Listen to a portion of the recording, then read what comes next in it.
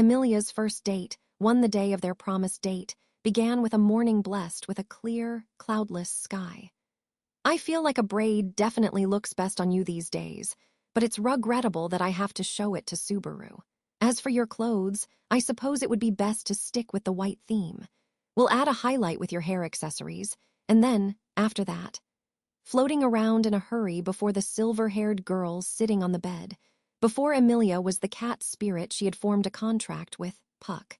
As she watched the gray furball stress himself out, Emilia placed a finger on her cheek. I don't think you have to worry about it that much. It'd probably be fine if we just went with the usual. No way, forget about your partner, this is your first date. You absolutely have to be the cutest in the world. Gosh, you're making such a big deal of it. Puck's fighting spirit seemed to be blazing for some reason. Emilia stealthily sighed so he wouldn't see it. Acting as her foster parent, the cat spirit, who was essentially her family, had been in this state since last night. At this rate, the preparations alone would exhaust her before she even took a step outside, even though she was supposed to go on a date with Subaru today. Listen closely, Leah. On today's outing, Subaru might try to approach you to hold your hand or something of the sort, but you definitely must not allow that. Don't get caught up in the flow of things, no matter what. The most important traits in a woman are modesty, shyness, and just a little bit of submissiveness. I'm always telling you this, so I'm sure you understand. Okay, I get it already, geez. If you're that worried, you might as well come along. I want to respect his courage as a man.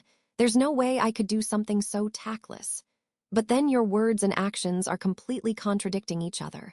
My feelings as a male wanting to support him and my feelings as a parent wanting to forbid this are battling it out within me. HNGH, Leah. You'd better go while I can still hold myself back. Right. Puck's theatrics as he made his jokes were probably due to Subaru's bad influence. She certainly felt like he was already this way to begin with, but she also thought he had gotten even worse about it now. Quickly finishing up her personal grooming, Emilia beckoned Puck over to her with her hand.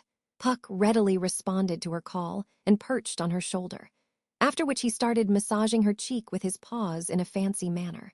All right then, Leah.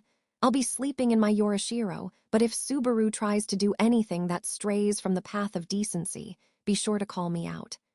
Come on, you don't have to worry about that sort of thing. All right, nighty-night. Take it easy. As Puck saw a giggling Emilia off, his body dissolved into particles of light. The faint light was then absorbed into the crystal on her chest, and the noisy cat watching over her fell silent. Therefore, Emilia flicked the crystal with her finger, after which she jauntily walked out of the room. Even Emilia understood that her heart somehow felt stimulated, as if it was expecting something. Did I keep you waiting? No, I've only just gotten here myself. Standing before the tree they had decided to meet at, Subaru responded like so to Emilia, who had just linked up with him. Emilia nodded at his response, and then turned back to the mansion as she continued. You said you wanted to meet outside the mansion, and say that stuff we just said. Can I ask if there was any particular meaning to that? They both seem rather fitting for a date, don't you think? Leaving the mansion together wouldn't feel very much like a date, and when you meet outside the sort of conversation we just had is an absolute necessity. It seemed like he had arrived much earlier than her, and used a twig or something to draw several pictures of Puck in order to kill time under this tree. Seeing this, it seemed to her that at the very least his statement that he had only just gotten here himself was a complete lie. So that's how it is. I really don't know anything about this sort of thing. By the way, I would still reply, I've only just gotten here myself. Even if you were super late, it's a sign of my noble manly heart. But wouldn't that mean you were really late too? There's certain things you shouldn't point out even if you notice, aren't there? This seemed to be an obligatory exchange. Subaru lectured her about its importance as she accompanied him, and when he was done, he placed his hand on his jaw and started staring at her intently. Hey, what's wrong? Do I look weird somehow? The characters for weird and romance look quite similar. But setting that aside, there's only a tiny bit that's weird about you, and that tiny bit is also charming in itself, so it's all good. More importantly, you're looking extraordinarily cute today as well. Have you dressed up a little more than usual today? Subaru, alert as he was, noticed the subtle changes in her hair, accessories, and so on. He accurately guessed where Puck had spent his efforts, surprising Emilia. You noticed, Puck was a lot more enthusiastic than usual today. Ooh, great job, not bad, Puck. And here, I thought for sure that his feelings as a father would make him put up some resistance when it came to his daughter's first date. Yeah, he was really conflicted about it, but he's sleeping in my crystal right now so you can relax. Emilia showed him the crystal on her chest with a faint smile, causing Subaru to don an expression of relief. I see. He then cleared his throat and humbly bowed before her. Well then, I suppose this is the beginning of our first date. I consider it a great honor that you would allow me to escort you. His butler outfit was completely flawless from head to toe.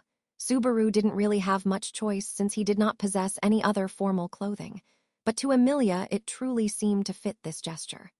Consequently, she obediently stood next to Subaru, who was holding his elbow out to her, intending to link arms with her. Is this okay? Her fingers grasped his cuff ever so slightly as she looked to him with upturned eyes and asked this.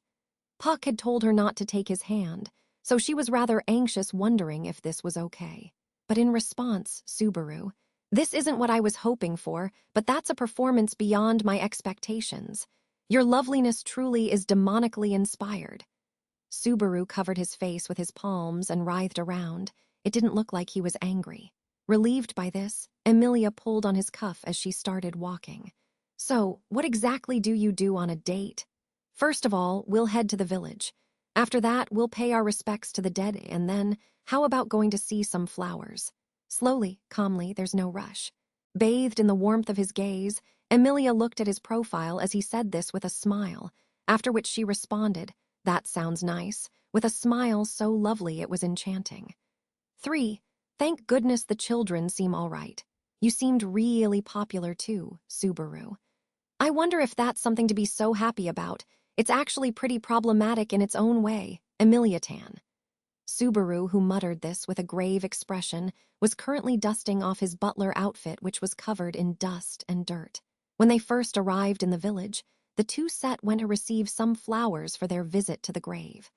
Subaru had already asked the children to prepare a bouquet in advance. There were no problems thus far. Their troubles started after they had obtained the flowers. Even the fact that he was on an important date had no meaning to these innocent children. Regrettably, Subaru ended up getting surrounded just like he usually did, and was ultimately reduced to this wretched state that he always ended up in. Even with this, they were probably holding back because you were there. If it weren't for that, I'd be going through something even more horrible right about now. Come on, you're exaggerating. Those kids just like you, isn't that right? If this were any other day, I would have snot spread all over my back right now. Fortunately, I was able to avoid that fate today. That's what usually happens.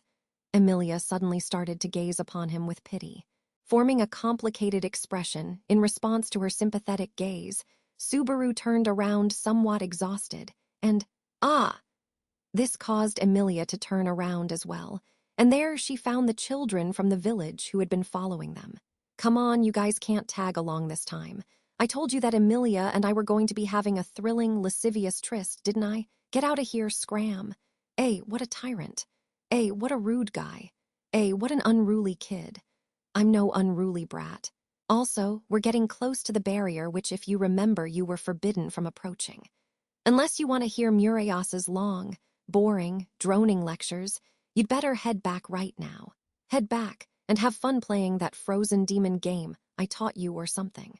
Subaru waved his hand as if shooing away insects, causing the children to mutter complaints as they retreated. Emilia watched this exchange as if she found it charming, but she suddenly realized that among the children, there was a cute girl staring directly at her. She was a lovely girl with reddish-brown hair and red cheeks like an appa. When her eyes met Emilia's, she stuck her tongue out with a noise before she ran off. That Petra, what's with that attitude of hers? I'll be sure to give her a good talking to tomorrow. Are you all right, Emilia Tan? If the shock has rendered you unable to walk, I'm more than willing to princess carry you in my arms. No, I'm used to it, so it's fine. Something of that level isn't anything worth making a fuss over. Making a fuss, not something you hear very often these days, and I'm the one hurt by the statement that you're used to this. It's fine. Come on, our date isn't over just yet. Let's go. Emilia said this to Subaru, whose face looked like he wasn't telling her something, after which she immediately started walking. Subaru seemed a little troubled, but he ultimately ended up walking over to Emilia's side without saying anything. Emilia felt somewhat disgusted at herself for relying on his consideration like this. All right, we're here, we're here. After they walked a bit further, Subaru stopped and pointed at the trees.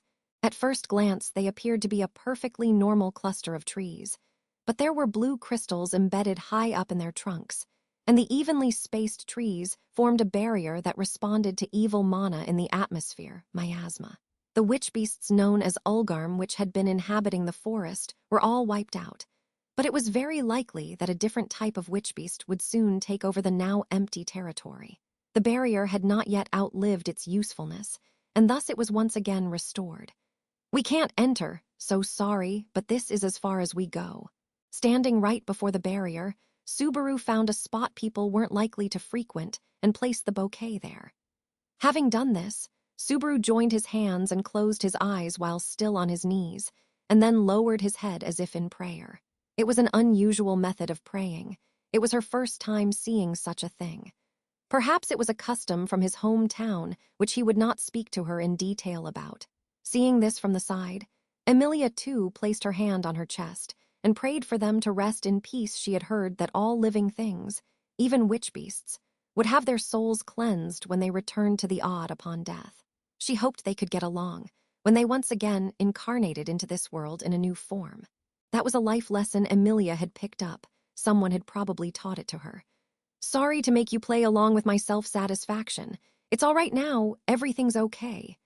Dusting off his knees, Subaru stood up and smiled at Emilia. Coming to her senses, Emilia confirmed that Subaru wasn't forcing himself to smile, after which she nodded. Yeah. So, what we're doing next is visiting a field of flowers, is that right? Drawing up their dates, itinerary in her mind, Emilia asked about their next destination. To confirm this, Subaru snapped his fingers in satisfaction. That's right, a flower field. This is a pretty big deal in itself, you know. Saying this, he smiled with a playful expression that fanned the flames of her expectations even further. 4. Having left the forest, with her bangs dancing in the wind, Emilia could not suppress her voice of admiration. Wow! She advanced through the forest with Subaru leading her, and the greenery that had been blocking her view thus far cleared away in an instant. The vivid scenery filled her vision with endless, beautiful colors. How about it? I was rather surprised myself when I first saw this, but it really is pretty grand after all, isn't it? She couldn't even respond to Subaru, who was boasting right beside her. Her gaze was fixed on the scenery before her. Red and yellow, white and blue, flowers were blooming all over the place, and none of them overwhelmed the others. The field of flowers was in complete harmony. The fact that a flower garden like this was formed naturally could only be called a miracle. This seems to be some sort of secret garden to those brats. I really had to work hard to get them to talk about it. A wonderful place like this, how did you get them to tell you about it? Hee, it was all for my date with you. I suppose you could say it was a bit of compensation for letting them violate my rights as a human being for days on end. The conditions of this exchange probably resulted in Subaru getting covered in unfathomable amounts of dirt and snot. While she certainly found this pitiable, she definitely could not forget about how deeply the scene before her eyes moved her. Perhaps she was once again being spoiled by him, to have her chest filled with such pleasant emotions. Also, this too is a present from me to you, Emilia Tan. And thus, Subaru said this to Emilia, whose hand was against her chest as he extended his hands toward her. Emilia was late to react as Subaru touched her silver hair. This is an ornament made of flowers. It's a crown of flowers, so to speak. Perhaps it's not much compared to the real thing, but you could think of it as a rehearsal for when you one day ascend the throne. I definitely want to give you one adorned with the finest jewels by my own hand someday, but for now, this is the best I can do. Subaru said this in a rather pompous tone as he winked at Emilia. His actions caused Emilia to feel a slight throb in her chest. For some reason, her heart suddenly turned lively for a moment. She wondered what exactly that sensation was. Strangely enough, it did not occur again. But she did know that it made her feel terribly warm, and it naturally brought a smile to her face. "Thank you, Subaru." On that day, Emilia gave him her finest smile, and Subaru was so entranced he could not even speak. Emilia felt immense gratitude towards Subaru and continued. "If possible, I'd like to go on another date with you sometime." This killer line of hers pierced his heart magnificently. The end.